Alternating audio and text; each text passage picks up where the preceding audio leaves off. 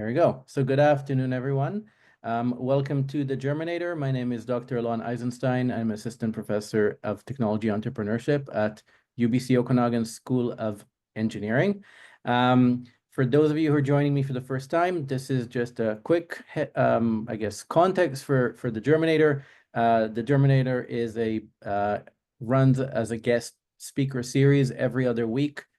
This year is the third year running, and right now I'm trying out Wednesdays, 1 to 2 p.m. Pacific time to see how that goes for most people. The reason why I started the Germinator is to focus on the germination stage of entrepreneurs and innovation and commercialization.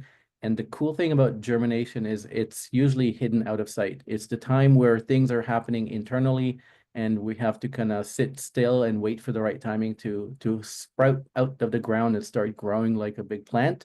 And so before we accelerate a company, we have to incubate it, and before we incubate, you have to germinate. So this is the space for the under the ground hidden moments of life in most of entrepreneurs and innovators of this world. As I usually do, I start off by recognizing that I'm physically on the traditional, ancestral, and unceded territory of the Syilx Okanagan Nation, as well as the UBC Okanagan campus. I know some of you are joining from within the Okanagan region, but some of you are coming from other places. So just to give some context for today's talk, I guess my guest, Cory, I'll introduce him in a second. I know Cory from back in the day when he was working on healthcare related applications, and I was thinking about, again, this meaning of caring for our health. One of the cool things that we have here in Kelowna, the Kelowna Museum hosts these periodic traditional walks on the land with knowledge keepers and elders of the community who explain the uses of plants. And plants are not just for food and for building material and for using for different applications, but they're also healthcare. They're part of caring for our health and for our mental health, but it's also a way for caring for the plant and the planet that allows us to survive. Again, wherever you are, if you have an ability to participate in these traditional knowledge walks and tours and educational events, I encourage you to do that. I did that a couple of years back, and I enjoyed every moment and learned a lot about the local plants that I did not know. And I appreciate the knowledge and the fact that, again, most importantly, the fact that our Indigenous community hosts are willing to share this knowledge with uninvited guests and newcomers to the territory. Moving to today's guest. So today I have the pleasure of reconnecting with Cory Blumenfeld. I know Cory from many years ago from when both of us were in Toronto. He has started multiple companies. I guess now is number 4. Had 2 exits so far. Over 10 years of experience with the startup world, raised several millions of dollars. Had 2 successful exits, currently has tens of thousands of followers on LinkedIn, and is posting regularly, sharing a lot of his wisdom and earned experience over the years. He originally has a Bachelor of Science in Health Sciences from Wilfrid Laurier, and I was kind of watching a few of the videos that Cory did with other online hosts. So it's helpful for me when people have multiple of these interviews. So I know a bit more questions to ask beyond what the bio is actually saying. So I look forward for that discussion. So hoping to get some of the wisdom that Cory earned to share with us on what does it take to start a company, not just once, but 4 times. So I'm gonna stop share here so you can see our faces, and I will try to do my best by spotlighting Cory and myself. I think this should work. There we go. So with that, Cory, welcome to the Germinator. Thanks for having me, Alon. It's great to be here. Excited to learn from everyone here. I think for me, that's why I do these conversations, because I always learn so much about myself, but so much from the folks that join these conversations. So we'll see what I can offer, but I know I'm going to leave here with a lot of knowledge and hopefully grow in my ability to have these conversations. That's what it's all about. We'll do our best to help you. And know that we're going to work our way towards a fist bump. That's become my thing. So towards the end of the Okay, call, we'll do a group fist bump, hopefully. sounds like a plan. So, Cory, why don't you start if you can give us a very short 30-second synopsis Yeah. on again going from Bachelor of Science, and I know a bit you mentioned that you were planning to be a doctor earlier on. Yeah. And then what are the startup companies that you started? And so before we kind of go deep on any of them, like what's the overall trajectory? So what are the startups that you went through over the years, and where are you at right now? Yeah. So it's a great question. So I'd say I'm an accidental entrepreneur, like a lot of folks. Thought I was going to be a doctor. So I was in school until my last year of university thinking I was going to go to med school. Up until that point, I was always like doing things in the summer. So like power window washing or starting like landscaping businesses. And I never considered them businesses. I thought they were just quick ways to go door to door and make money to pay for school. And so the first business I started was to pay for school. It was a landscaping business. We did driveway sealing and power window washing. No clue how to do that. Just watched a few YouTube videos, thought, hey, this is a great way to pay for school. And I didn't consider that a business at the time. So I didn't treat it like a business, didn't think about scale, but that paid for school. The following year, I took a course, entrepreneurship for science students. And this is when I still wanted to be a doctor. I just thought it was one of those like bird courses. You take it, you get a free mark, and it helps me put that on my like med school application. And that opened my eyes to entrepreneurship. Like I'd always been creative or felt I was creative and I was being held back. My family said you have to get that piece of paper and then you can do something, you can build something, make a difference in healthcare. I had a professor in that course that really opened my eyes and told me, if you want to help people, why not just do it? You don't need to be a doctor. And so it was life-changing moment, and I realized at that point I wanted to go to my parents and tell them I'm not becoming a doctor. I'm going to be an entrepreneur. There's a lot of risk. You may have to pay my bills and give me a couch to sleep on in the future, but this is what's for me. So yeah, I didn't know what I was going to do. I didn't know how to develop anything, but I knew that I was going to figure it out.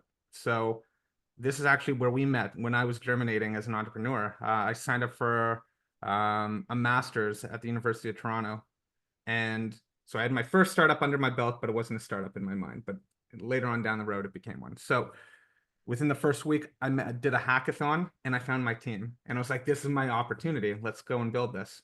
So after 6 years, I was building that for 6 years in the healthcare space because I was super passionate about it. We worked with hospitals across the country.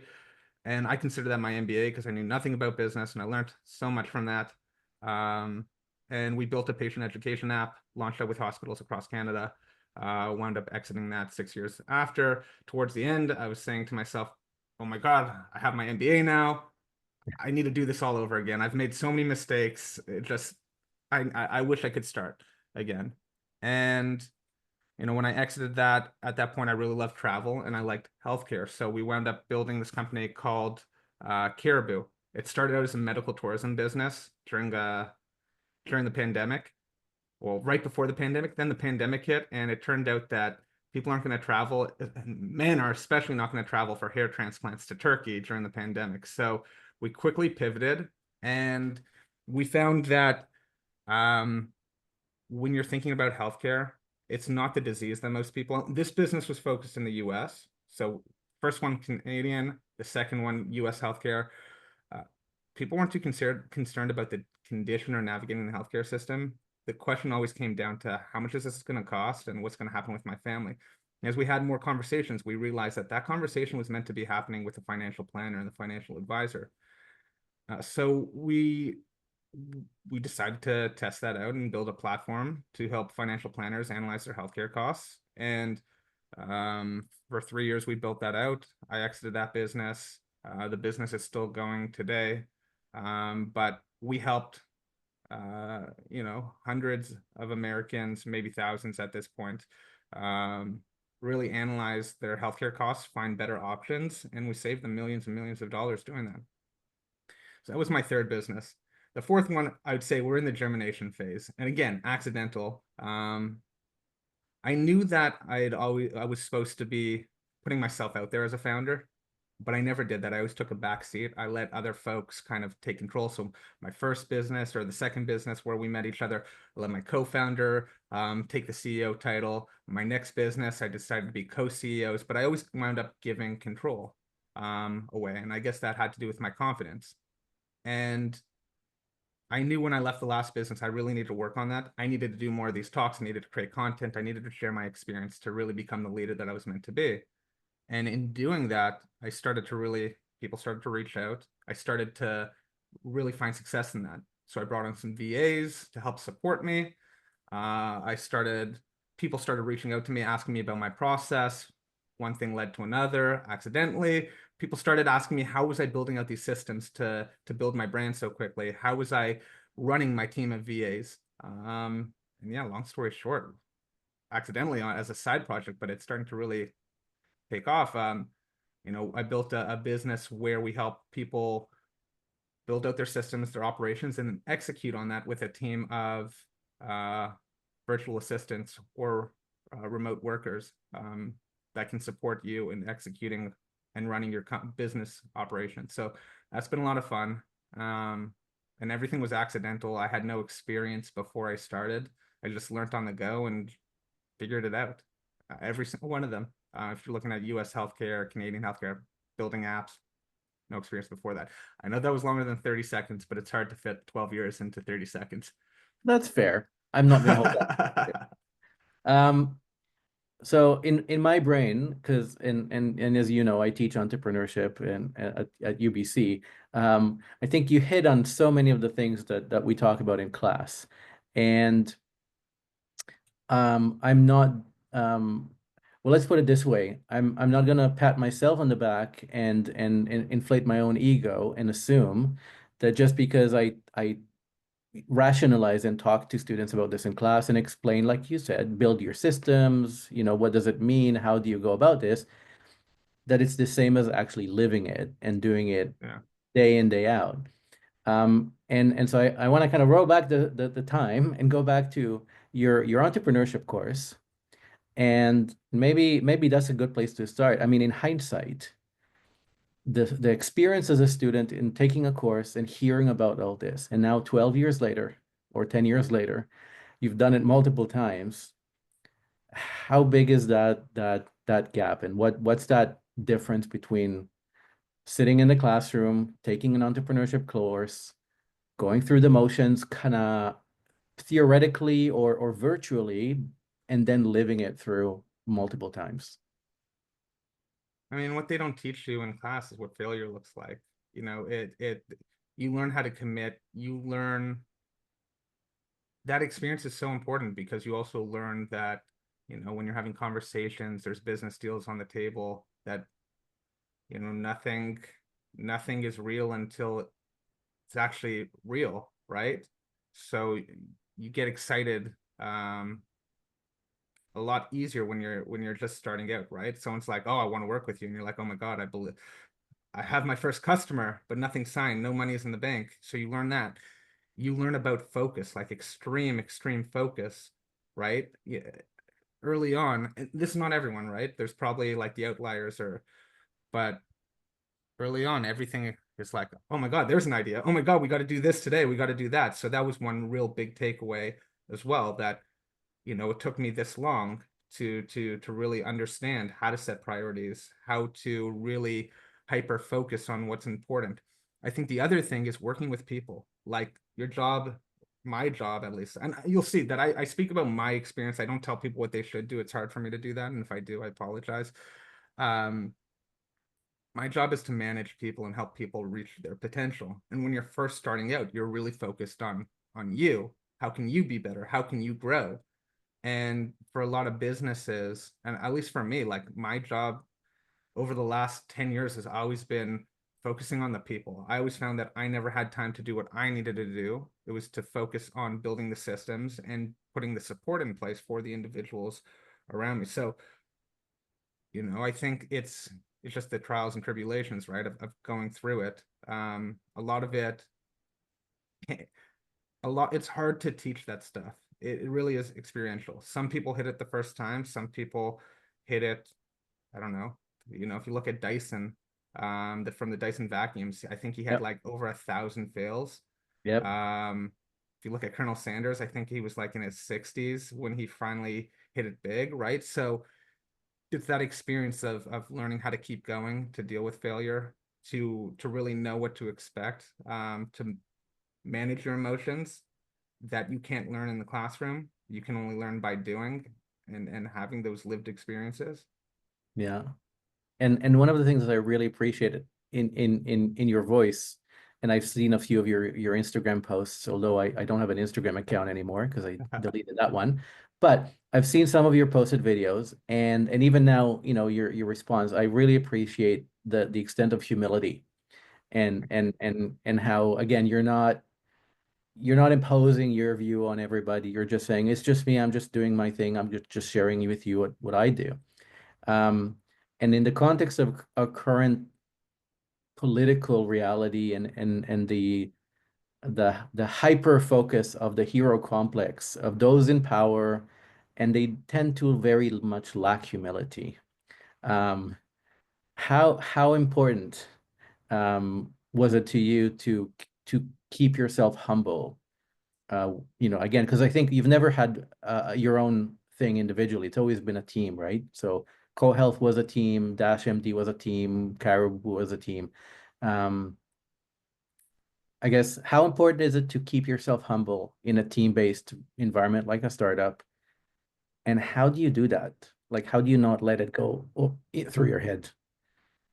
I mean, this is what ego is what kills so many great businesses. I've seen it from all the startup programs I've been in.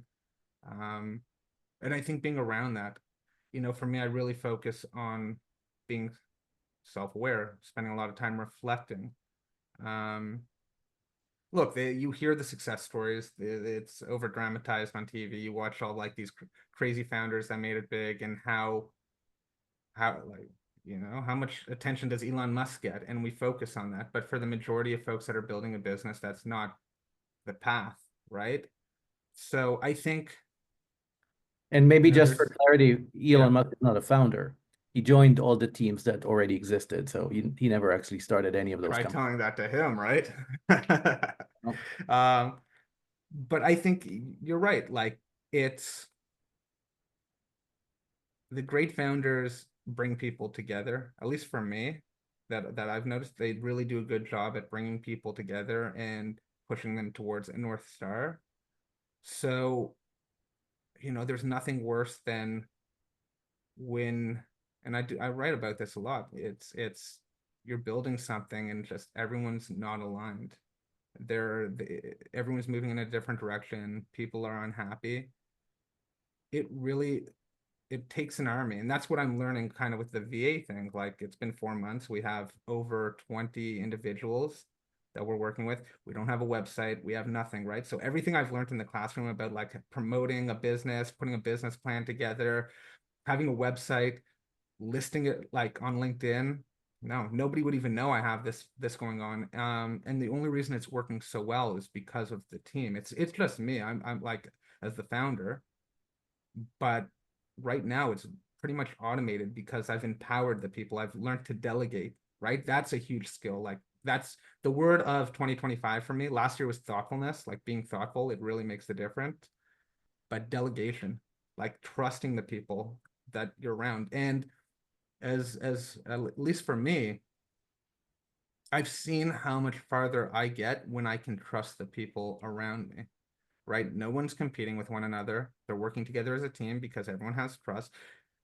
There is that cult, like there's that excellence. Like everyone expects everyone to be thoughtful because I say that every day. Everyone says it. They expect everyone to pull their weight because as a team, if one person is breaking the chain, everyone everyone experiences that. So I don't know. I This experience now has shown me how far you can get with a really, really good team, right? So being humble, yes, I believe in that, but like at the same time, just my mindset is I haven't achieved everything that I want to achieve. So who am I, right? The one thing that I have is my time. right? That's the most valuable thing. So if I can, that's my belief, right? If I can give that to people, super important. If I can solve their problems, that brings me joy, right? And just being humble, being thoughtful, making people around me better.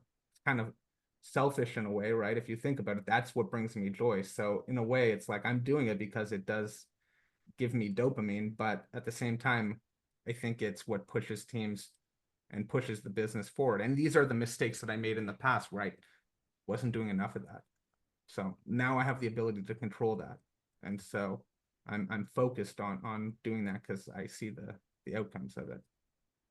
That's amazing. And a lot of the things that you note are also applicable to leadership, right? Like when we teach leadership, um, again, talking about the importance of building a team, building trust, not just building trust, but enabling trust and delegating is all really important things that make the team, punch above its weight, or the sum is greater than the equal of all the parts, equal more than the sum of the parts.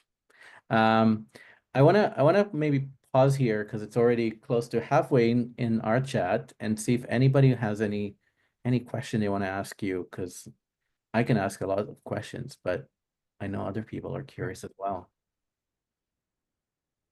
Yes, Layden. Hi. Hi. It's Laden. I know it's not a common it's not a common name, but um uh, so when you describe your journey, you mention a lot about accident, but I'm confident that it's more than an accidental things that you can grow like this many business to successful exits. Is that the humble, is that you being humble or care about people, or is that like a bigger umbrella that can describe that you can just is it your, you would say it's your model to in a business to just have a successful business? And then especially remote working is very challenging, and working with a people that you probably never met, and but managing them very well, and like continuing your smooth business with people that you haven't seen and haven't like actually met or know. And that's a great question. I think there's a lot to unpack there, at least for me. Like, well, in the room, if we're focusing on remote environment, like the remote environment, over communication. Someone said this today. How did he put it? I was having a conversation with another founder, and he was like, if people don't think I'm silly with the amount that I'm communicating, and they don't think they've heard, like, and they're not telling me they've heard it enough, then I haven't communicated enough, right? And I think in the remote workspace, and I told him I was going to steal it from him today because I liked how he put it, but I need to go through the transcript again and see it. That's another thing that I'm taking away, like how much we actually have to communicate, and how much we have to put ourselves out there, right? Like, you know, it's the commitment, right? A lot of folks have great ideas, they try it, but then they can't get over the hump, right? So like, I know I need to be a better communicator. I'm committed to that. I know I need to put myself out there. So I'm going to post on LinkedIn. I'm going to post on Instagram every single day. I'm just going to keep doing it. I don't need to see the results. I know I'm an entrepreneur, so I'm going to keep doing it every single day. If one business doesn't work, it doesn't matter. Like, I'm not going to force it. I'm going to do it, right? So, in terms of the remote and going back to that, the communication piece is super, super important. So I'm committed to being a better communicator. I'm committed to bringing people together. I'm committed towards trusting them, right? So like, another important word is commitment for me. Like, you have to commit to something. You have to commit to these principles. And the other thing is you have to commit to what works for you, right? So just because I'm saying this now, it doesn't mean that's what works for you. And I think for me, I'm committed to finding what works for me as a leader, to support the people I'm working with, because I know that everything that hasn't worked in the past has been because I've done things that weren't me. Everything in the past that hasn't worked has been because I kept making the same continuous mistakes over and over again. I knew what I needed to do to change them. I didn't do it. So yes, there's a lot there, and I have ADHD so if you read you'll see it. So like my head goes in loops, but communication for the remote stuff. And was there more to unpack there as well? I know there was a lot there, so send me in a spiral. No, I was just curious to know if you wanted to describe it as like the one thing that keep everything together. Like it's very common to make a mistake and then you learn from your mistake. But what was the inspiration, or what was the thing that you noticed that if you keep doing that, everything like would, you said the communication, it's very important, I believe. Yeah, I think it's hard. You explained it very well. Yeah. No, thank you. The other thing, like this one thing, I get asked this question all the time because everyone wants a simple answer of like, what's the one thing you'd prioritize, or what's the one thing you would do? And it's like, it frustrates me when someone's like, this is the one thing you need to do, because now after writing a lot, I know about this thing called a hook to draw people in. And it's like, it's so easy to say there's one thing, but there isn't one thing, and there'll never be one thing. There can't be, because it's a mix of all these different things. So, like that's why I was saying there's commitment, right? There's communication, there's focus, there's, no, I'm like being okay. I have ADHD. I know for me to focus, and I released this video last week where I can't go to a coffee shop. I'm never going to work out of a coffee shop. I'm never going to co-work with people. Remote work is good for me. It's not good for everyone else. So it's like really understanding who you are. So there isn't one thing.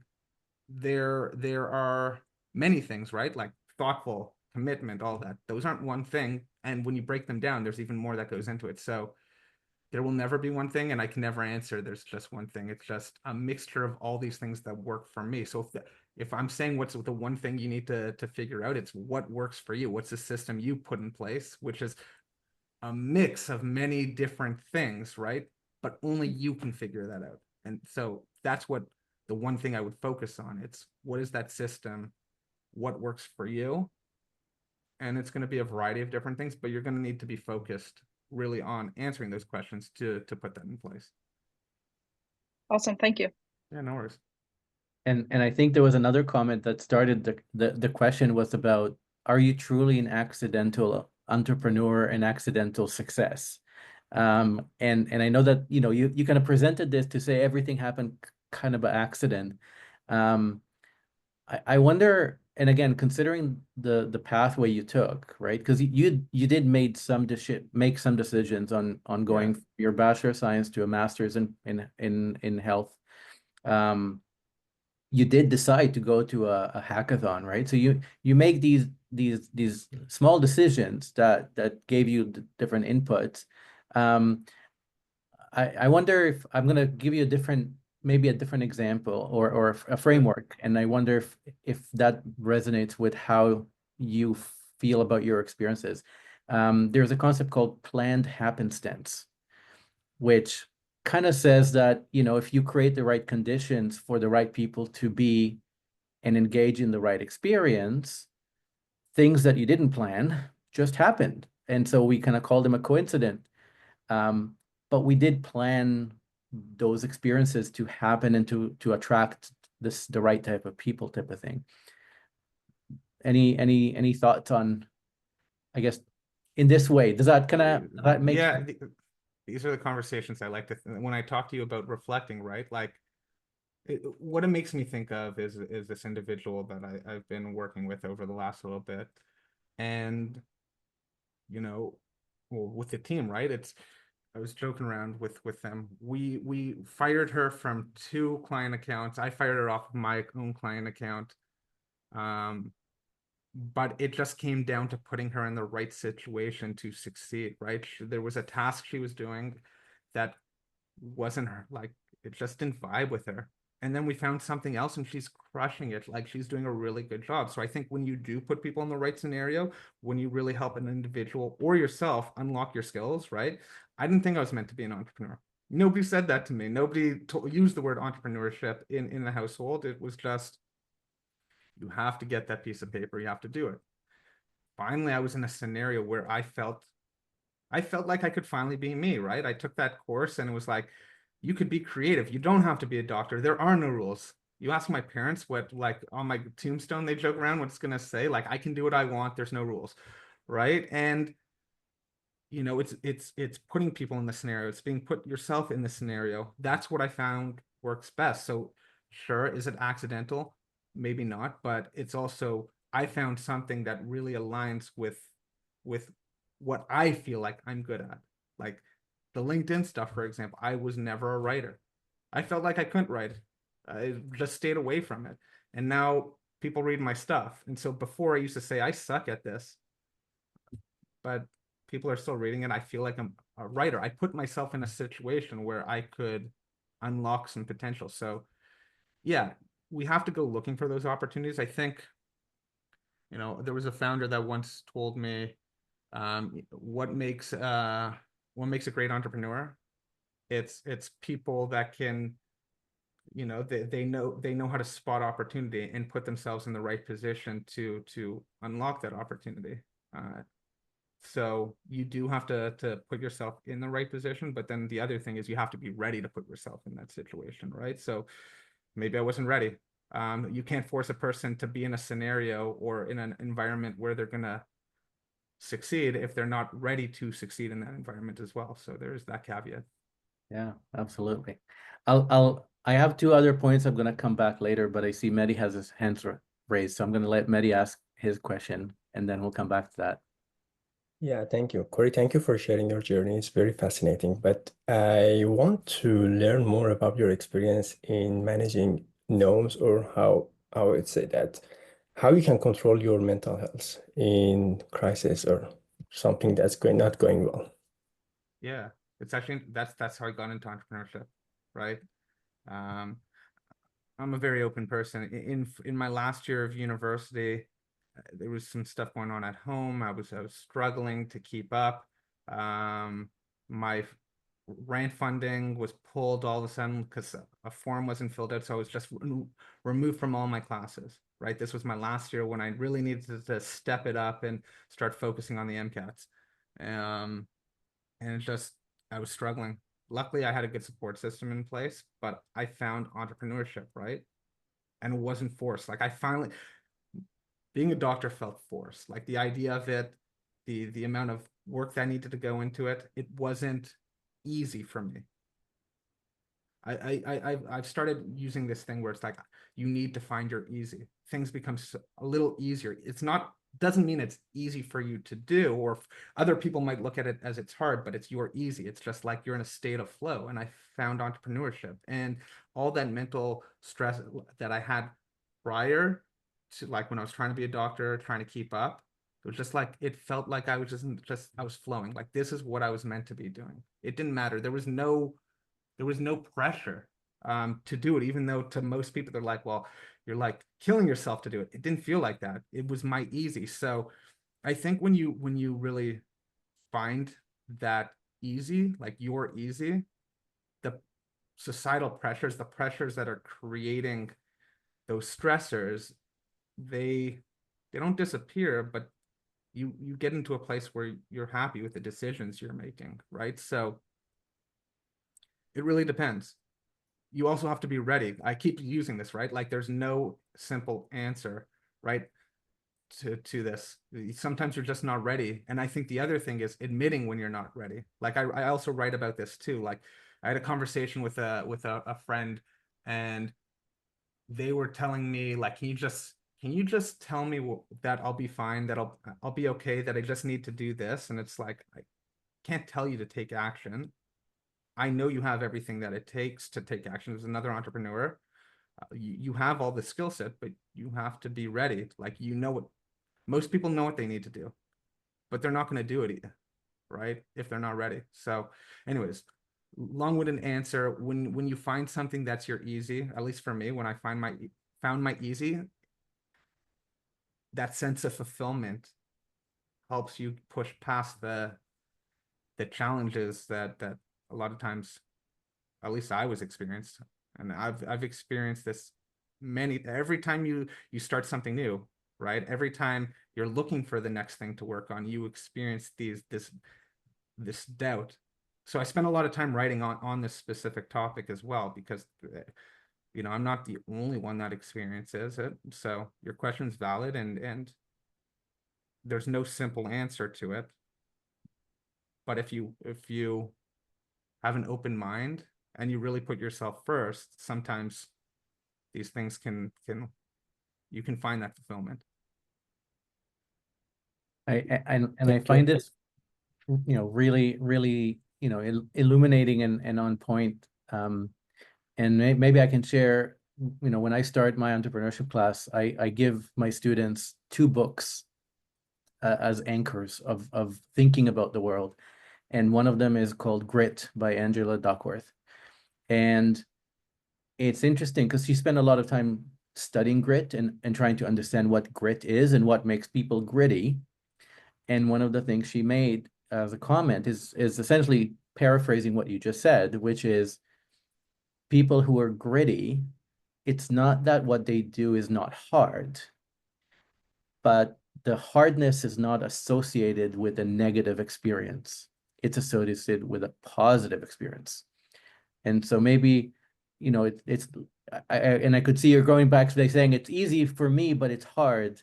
I guess it's not about either. It's still hard, but it's fulfilling hard. It's a positive hard. Yeah. And it gives you that kick and motivation to keep doing it hard as much as it is. And when people are not gritty, it's hard, but it's attributed to being negative experience, and that's when you quit because you're just not seeing the positive in it. So Yeah. That's one point. I guess the other point and the flip side, and this is the second book I make reference to, is called Quit by Annie Duke. And in her book, which is you could actually see it as a response to grit, to say, why is it that we're so bad at quitting the things that we don't enjoy? And we usually quit too late, and we usually quit way past the point that we know we should have quit.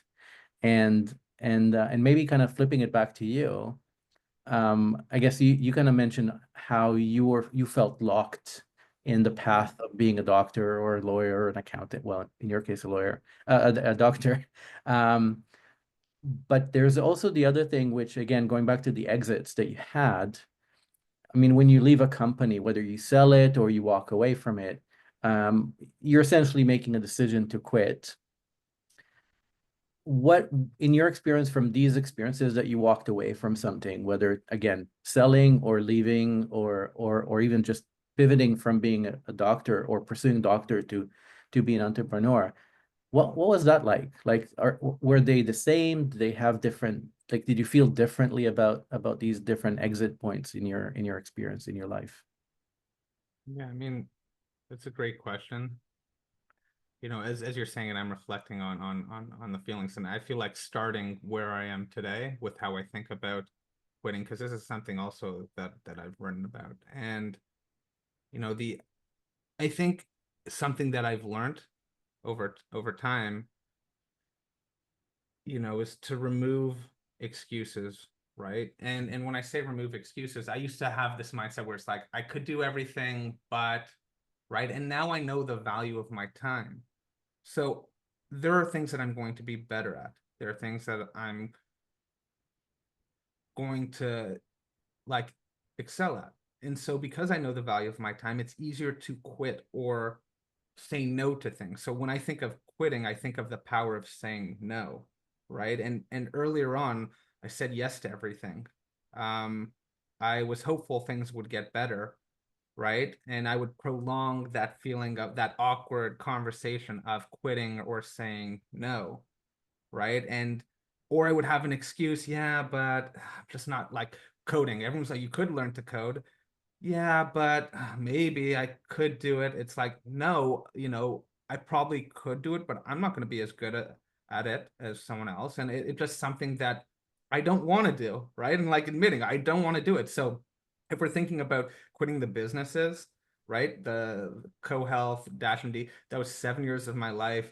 I loved it. It was a great experience. It got to a point where we needed someone else to come on and help guide the ship, right? We didn't have the experience to take it to the next level.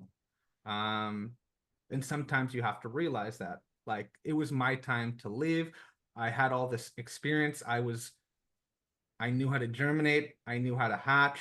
I needed to take my talents elsewhere, as LeBron would say. And I don't like to live in regrets, but it was a lesson. There's all this stuff that I learned, and there was no going back. And then the next business, I would say that there were things that I needed to, like, when I exited, it was to do again what was best for the business and put it into a position to succeed. But when I think about quitting, I think about saying no to things and being comfortable with that and not prolonging the inevitable or the awkward feeling, because it's not good for anyone, especially not for yourself. So I think it's a really important thing to have.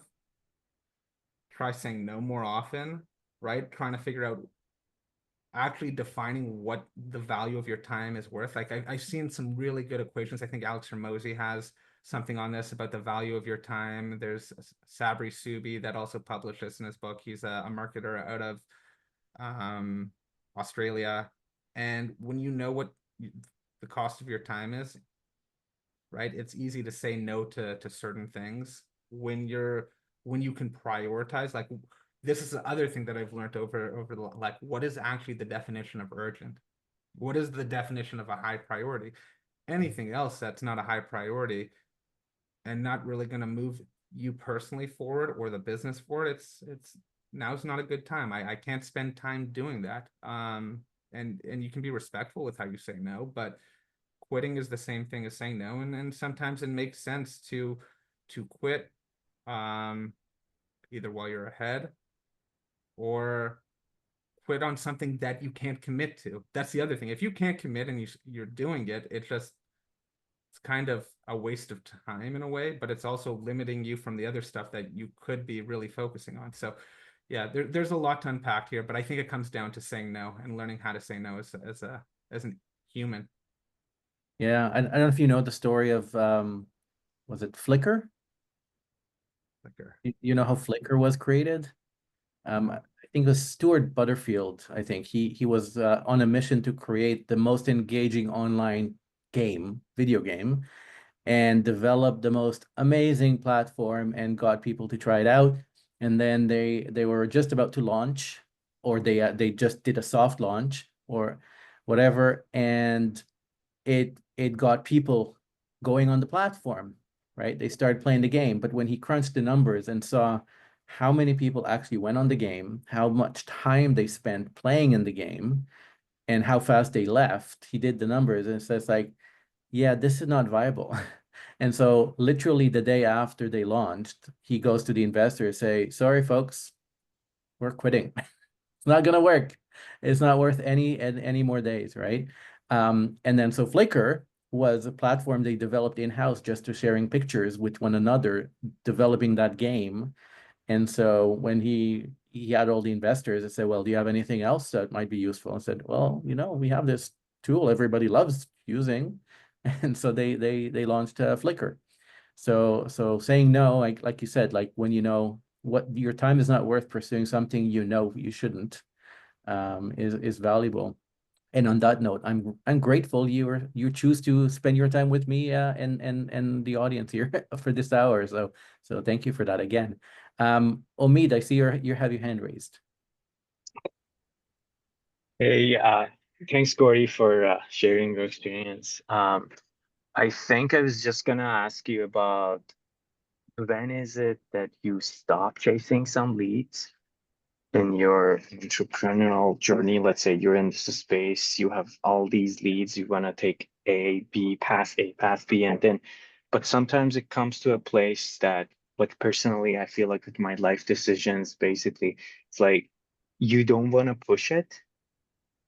So there's this moment that you basically stop chasing something and you're like, you know what, whatever, I'm not gonna think about it anymore, which I think kind of ties back to what we just discussed, what you were discussing about quitting, and I think maybe it's about like valuing time for you, like in your experience. But I'm just curious to know if there's anything else, like, is time everything that you value, and you base on your decisions to, quit or not to quit, follow, chase or not to chase.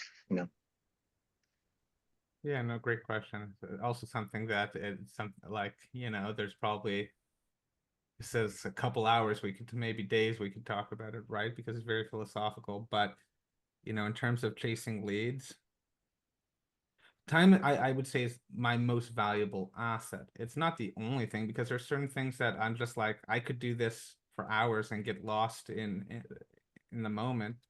But I would say, in terms of what I can give to people, time is the most valuable thing, right? Everything takes time, and I don't think many of us appreciate the value of the time that we give. So that's how I would look at it. In terms of when to stop chasing, I mean, again, this depends on the situation. As an entrepreneur, right? I'm not going to stop chasing like I would see being an entrepreneurship, that is a lead, right? And I'm not going to stop chasing ideas, but I'm going to be super focused, and I'm going to be very structured with how I chase it.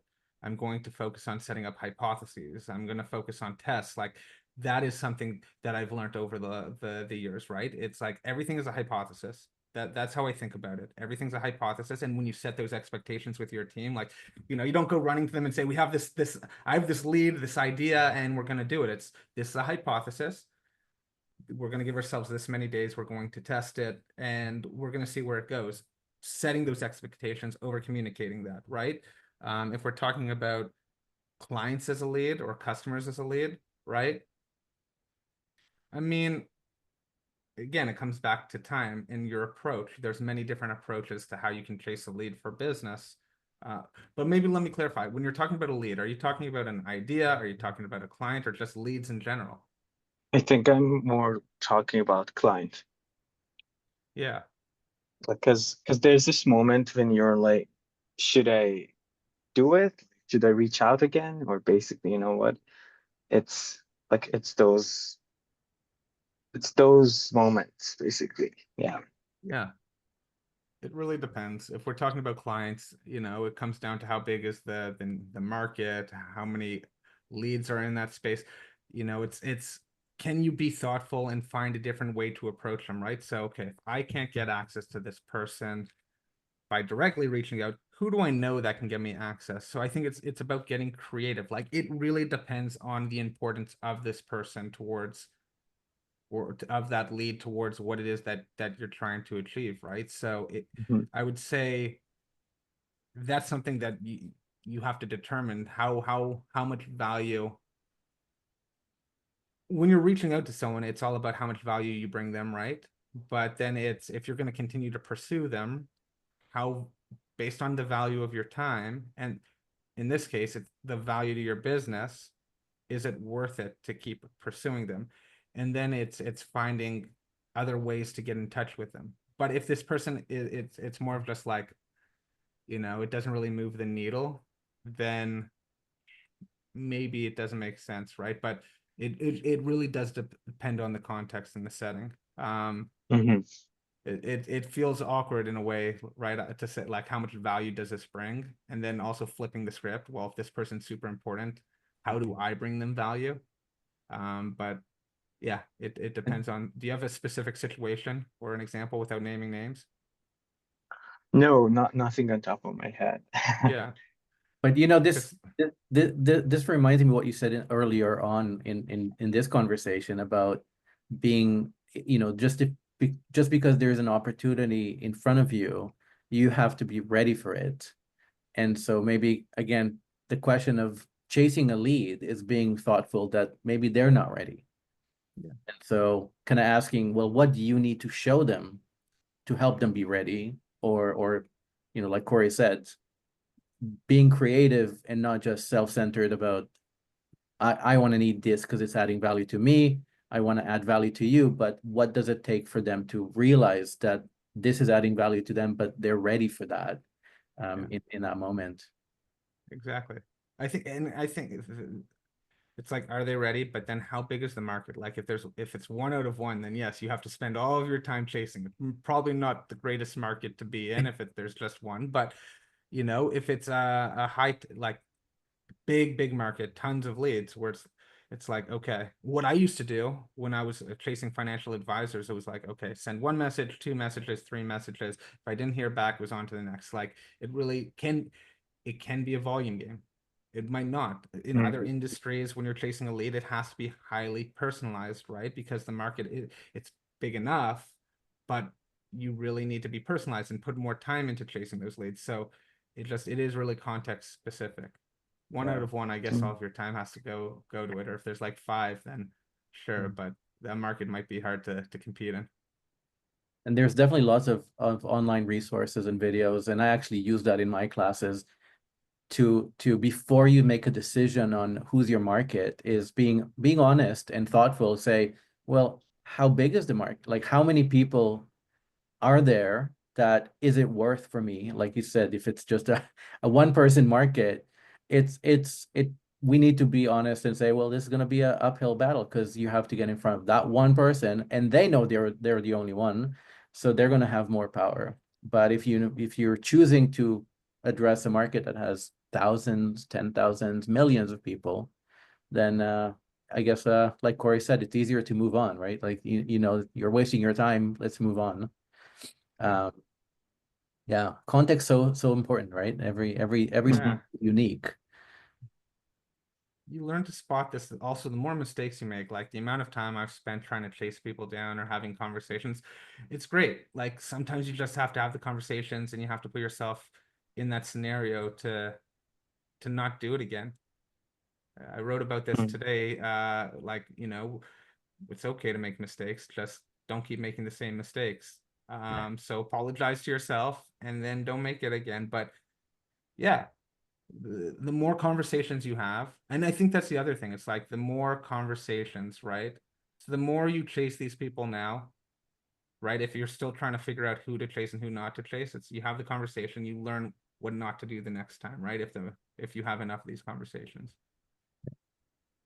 I don't know if you saw, but in my LinkedIn post to promote this talk, I pulled a quote. I forgot who said this, but there's a proverb about, you know, being wise is learning from your mistakes, so you don't repeat them. Being wiser means that you can learn from other people's mistakes, so you avoid making someone else's mistakes. But you know, being wise as all is also learning from your successes and other people's successes. So there's always going to be a balance of, you know, how much can you learn from yourself and other people along the way. I'm looking at the clock, and it's 5 minutes to the hour, so we're gonna slowly wrap up. So I guess let me first and foremost start by saying to you, Cory, for probably the third or fifth time, thank you.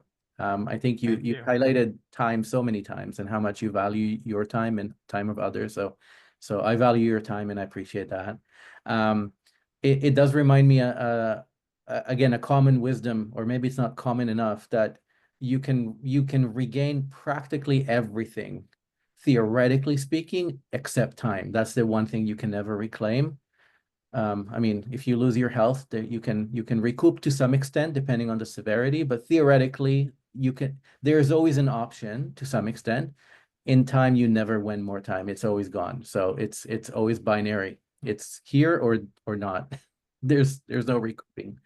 And I do want to kind of recognize the fact that I'm super impressed by the extent of you're willing to be vulnerable, you know, in not just in this conversation, but online on LinkedIn.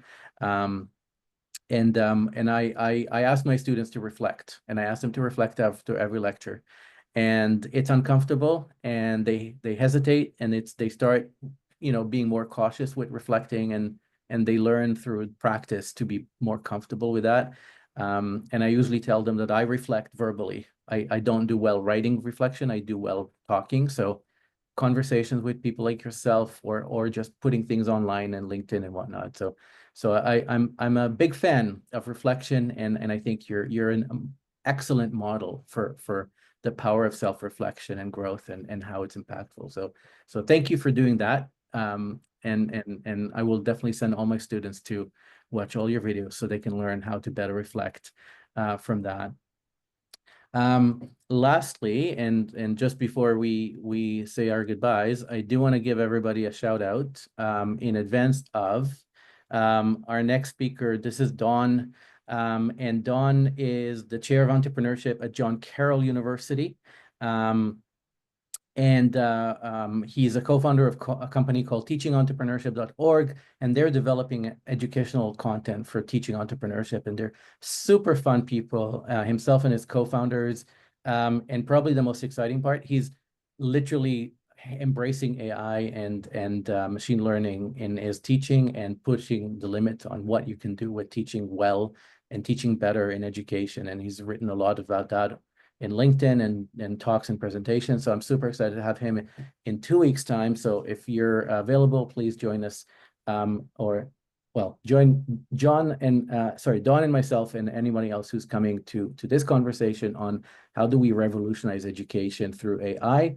And with that, I will just say thank you for everybody. We still have 2 minutes. You wanted a fist bump, so I'm making sure to stop rambling, so we have time for that. Cory, thank you again. Thank you, everyone. Thank you. Be well. How do you want to do a fist bump? I just usually put my hand up on the screen, and that's how I end. That's my thing now, apparently, for every meeting. So is it just you or everybody needs to? Everyone. Everyone? Okay, let's do that then. Okay, ready? Okay, 1, 2, 3. There we go. Boom. Boom. No, thank you, Cory. Thank you for your time. I really appreciate it, and thank you for the amazing questions, and thanks for listening to me. Like, my parents don't even listen to me. My dog doesn't listen to me, so it really does mean a lot for having me here and asking such insightful questions and getting real with me. You're most welcome, and I hope we can reconnect in a not in 10 years time and see how Thank you, have a Cory. wonderful, Thank you a lot. wonderful Awesome. evening, everyone. Thank Okay. you so much. Yeah, It was thanks a a lot. great chat. See ya. Thank Bye. you.